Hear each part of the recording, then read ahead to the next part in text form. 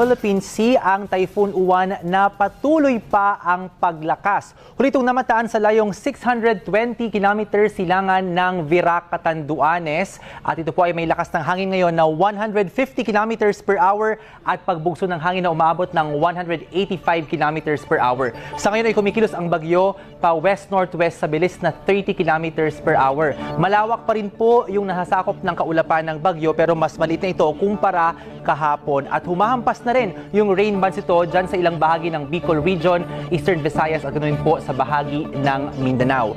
Inaasahang lalakas hanggang super typhoon ang bagyo habang binabaybay ang mainit na Philippine Sea. Posible po itong dumaan ng malapit dyan sa Catanduanes linggo ng umaga. Sabi ng Pag-asa ay nakikita nga ang pagbaba pa ng track nito kaya hindi inaalis ang posibilidad ng pagdaplis ng bagyo o paglandfall mismo dyan sa Catanduanes at mas paglapit nito sa bahagi ng Metro Manila.